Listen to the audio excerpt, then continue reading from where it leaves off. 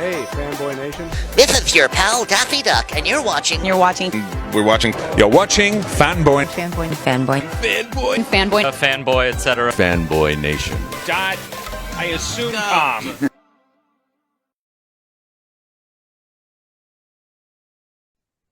All right, today we are talking about Apple TV Plus's K-pop idols with Bradley Cramp. I hope I'm pronouncing that correctly. You are indeed, Jack sir. Turner. You are indeed.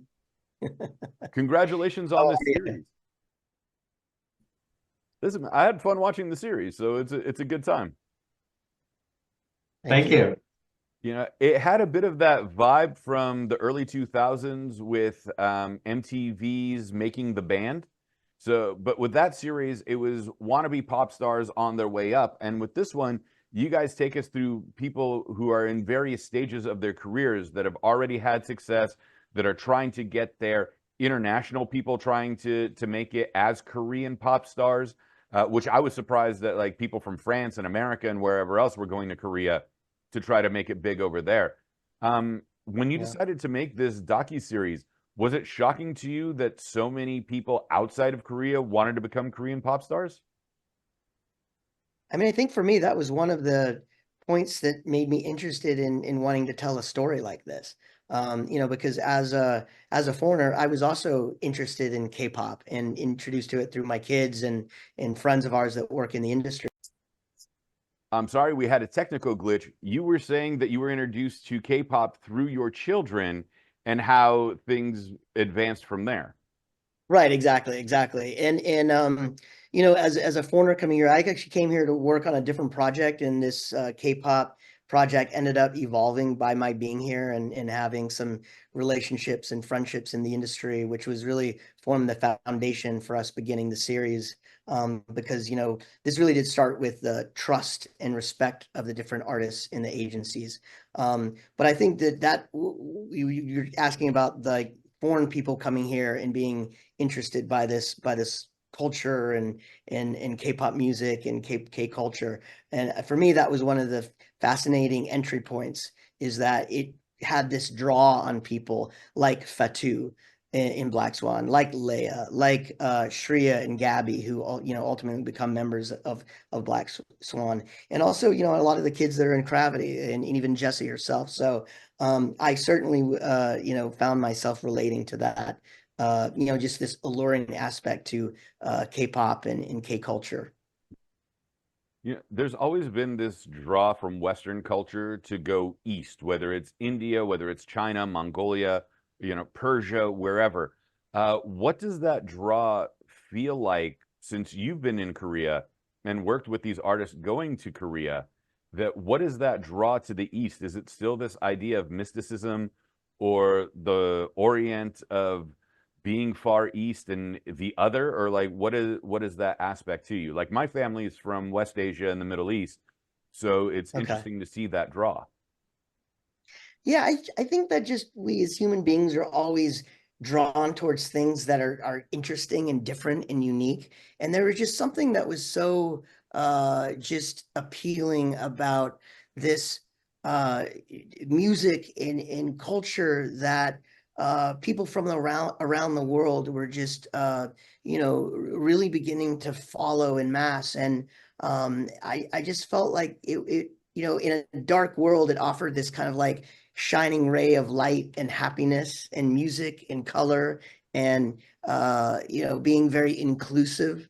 And so there's just something about it that I found really appealing. And one of the stories that kind of got me started on this whole thing was a friend of ours she's this white girl from Connecticut, and she became one of the top K-pop songwriters in the world. And I said, isn't that an interesting component of just how we are now, where this girl had to go to all the way to Korea to basically realize her version, quote unquote, of the American dream.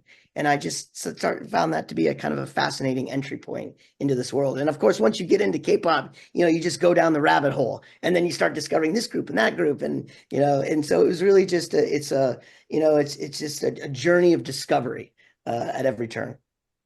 Jack, I want to bring this up because Bradley was talking about how the journey goes into everything. In America, since the 60s, and I blame the hippies and Crosby, Stills, Nash and Young, who two of them didn't become American citizens till the late 90s. So all their music in the 60s is void, and I will stand on that ground and die on that hill. Um, the music had to have this message, and it had to be significant, and it had to be everything else. And bubblegum was kind of looked down upon. Yet, if we go to Europe and you'll listen to like metal over there, and they're like, hey, you know what this song needs? A church organ and an electric bagpipe. And then we go to Korea over here, and it's just big dance numbers and a giant stage show with laser lights, almost feeling like an EDM concert, but there's people performing, not a DJ. What does that say about international music bringing emotion and joy to people versus American music that needs a message? Yeah, I mean, it's a great question. I love your perspective on it because yeah, I mean the as Brad was saying, K-pop it's totally different in some ways because of the kind of the look, the feel, the training, the coordination, the rehearsal, the all of the work behind it. Because and also one thing to note, a major difference is that we've realized is that music coming out of the U.S. bands put out an album a year, and if they do it several years in a row, they're on a run. K-pop artists and labels will put out a single a month. And that requires an enormous amount of coordination. But I also think K-pop is one of many aspects of the explosion of Korean culture. There's food, film, television. It's just an incredibly exciting couple decades, and the influence that the culture has had on the West and in the US and Hollywood. And so it's everything that's done in that regard, or at least with regards to film, television, and music, it stands out on its own and is something that's really, really appealing. And then that's why it's just so pervasive. And the growth of K-pop, even in the time that we've been filming this series over the last 3 years internationally, is astounding. And that's reflected in Blackswan, one of our characters. Right. I heard about J-pop before I heard about K-pop. And like in the week and a half that I learned about Japanese pop, Korean pop came in and just, washed it away. Is there any distinction, like obviously between the language and the cultures, there's a clear distinction, but listening to it from an outside perspective, the influences, the styling, are the stylings very different? Or is it just, one just took off more than the other? I mean, I would say that the stylings are definitely different, and